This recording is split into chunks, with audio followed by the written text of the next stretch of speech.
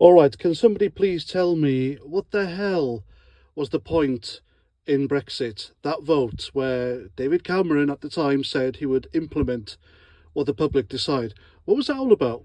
I mean, that was a good example of a government giving you a lollipop and taking it away. There and then. It was never going to happen. They never wanted to implement it. And these people, the establishment, left-wing middle-class types, Marxists, communists, socialists, students, insufferable Ramonas, normal people, celebrities, parliamentarians, the mainstream media, and interfering unelected bureaucrats from Brussels, mainly Guy Verhofstadt, the galloping, gipping, gurping, gurning, demon headmaster-faced goon who popped over here from Europe to interfere in our decision. I think it's disgraceful, absolutely disgraceful, absolutely disgraceful. I knew there and then, as soon as Keir Starmer said, "I'll make Brexit work," that he didn't mean a word of it, not a jot. The man is a serial liar. He can be trusted.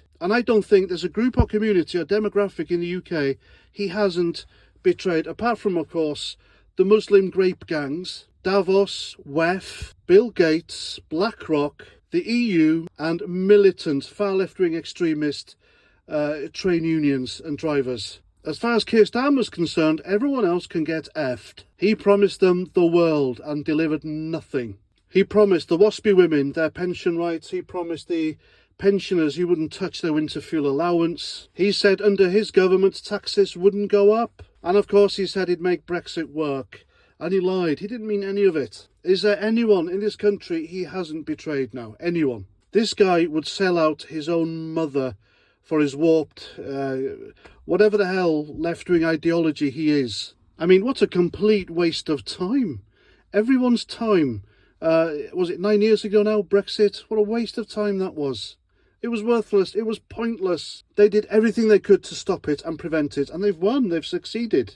I think the only good thing here is finally gets that lunatic Steve Bray off the streets in Parliament, where he's been badgering everyone, insulting everyone, harassing everyone for nearly 10 years. So he can go home now and count his money. And as for Starmer, this guy, he needs to be removed from office. He really does. We need a general election as soon as possible. Whatever type of democracy we have now, the system in place, it's not working. It's not working for the people. It's only working for the people in Parliament. And do we need a direct democracy? Because these people we elect, they hardly ever do as the electorate, their constituents, the voters, want them to. Ever. I mean, do you know an MP who's done what the people have said? I don't. They are a majority lawyers and barristers, middle class.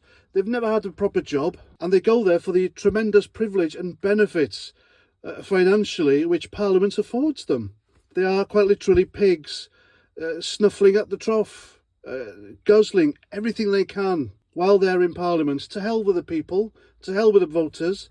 I think we need a different type of democracy, I really do. Because it's not working. It really isn't working, folks. We are living in some sort of dystopian Soviet-era censorship, anti-democratic nightmare. And as long as Keir Starmer is still Prime Minister, it's just going to get worse. A man whose speciality is just pissing people off.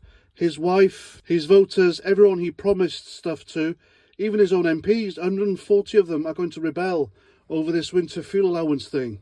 I mean, he's even pushed a rent boy over the edge to the point where he's tried to burn him out of his house and home, every property he lives in, even his car.